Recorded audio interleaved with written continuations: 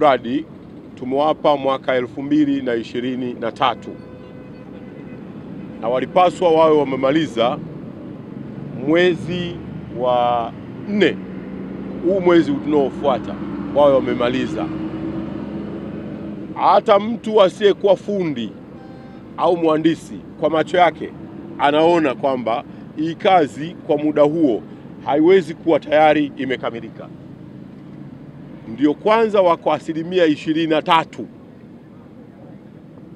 Hakuna muujiza wowote utakaotokea hapa ndani ya muda huu wa mwezi mmoja, masiku haya 20 na wakamilishe kazi hii.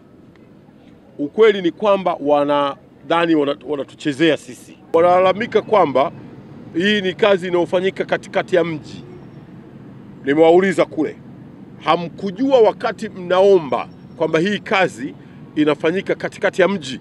Nataka wafanye kazi usiku na mchana, watulipe deni tunalowadai. Hizi kazi zinazoendelea zingelikuwa zimekamilika, zingelitusaidia sana kupunguza hata mavurugu ya foleni haya yanayoendelea.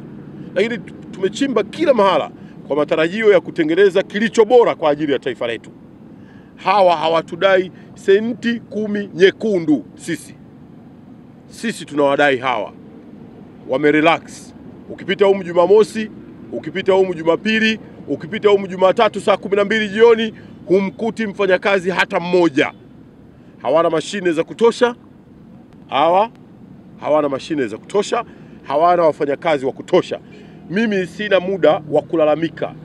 Mimi nina muda wa kuwasukuma kuhakikisha wanafanya, na wasipofanya tutachukua hatua kali dhidi yao.